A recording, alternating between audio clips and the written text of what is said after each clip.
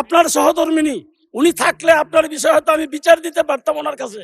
Mic দেন, ওনাকে mic দেন। আপনি যখন স্পিকার, আমার অনেক আশা ছিল যে আমি চান্স পাবো, কারণ আমার যিনি অভিভাবক ছিলেন শিক্ষায়, আপনার সহধর্মিনী উনি থাকলে আপনার বিষয় হয়তো আমি বিচার দিতে পারতাম ওনার কাছে।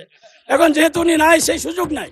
কিন্তু আমি যে বিষয়গুলি বলতে চাচ্ছি মাননীয় স্পিকার, খুবই গুরুত্বপূর্ণ। এনটিআরসি নিয়ে একটা গুরুত্বপূর্ণ বিষয় সারা দেশের শিক্ষকদের মধ্যে আতঙ্ক বিরাজ করছে। আরেকটি বিষয় হলো শিক্ষক কর্মচারী কল্যাণ ট্রাস্টের কমিটি দিচ্ছে না। বিগত সরকারও কমিটি দেয়নি, এখন আমরা এসেও সেই কমিটি কেন দিতে পারছি মাননীয় না? সদস্য নোটিশ দেন, আমরা নোটিশ বিবেচনা আমি করব। দিয়েছি নোটিশ দেন। মাননীয় স্পিকার, আমি প্রতিদিনই নোটিশ দেই।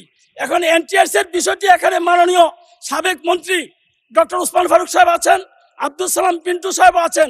এনটিআরসি গঠন করা হয়েছিল, এটার অর্থ হলো national teachers recruitment certificate authority. শিক্ষক নিবন্ধন দিবে, সেই শিক্ষক নিবন্ধন না দিয়ে এখন এনটিআরসি তে যারা বসে আছে তারা আওয়ামী লীগের লোক। সেই ফেসিস্টদেরকে সেখানে বসিয়ে রেখে আপনি কিভাবে শিক্ষক নিয়োগ দিবেন?